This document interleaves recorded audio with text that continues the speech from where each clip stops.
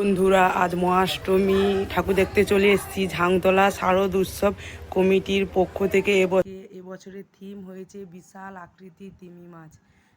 সমুদ্রের যেসব জিনিস থাকে, কাঁকড়া, কচ্ছপ, ঝিনুক, শামুক, সব কিছু থিম তৈরি করেছে। দেখতে থাকো তোমরা, পুরো ভিডিওটা দেখবেন কিন্তু বন্ধুরা, খুব সুন্দর এবছরের থিম তৈরি করেছে।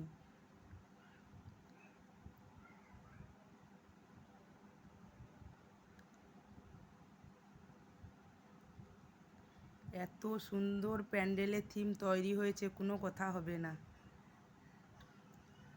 তিমি মাছের মুখটা দেখতে পাচ্ছ? তিমি মাছের মুখ দিয়ে আমি ঢুকছি, দেখুন। তিমি মাছের মুখ দিয়ে ঢুকবো, পেট দিয়ে বেরোবো, এত সুন্দর থিম হয়েছে।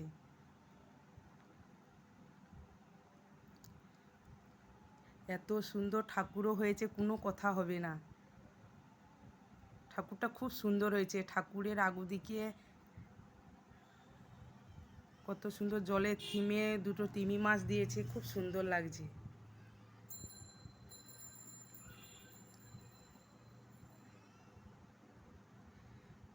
ঠাকুরের সামনে সাইডে নদীতে যেসব জিনিস থাকে সব কিছু এখানে তৈরি করেছে। সাপ, মাছ, সব কিছু তৈরি করেছে।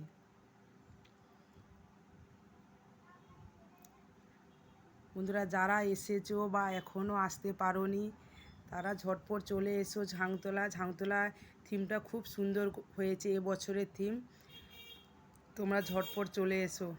আর কেমন হয়েছে বন্ধুরা কমেন্টে জানিও। লাইক শেয়ার করো এবং সবাই সুস্থ থেকো। আর সবাই ঝটপট চলে এসো। ঝাংতলা শারদ উৎসব কমিটির পক্ষ থেকে সবাই চলে এসো।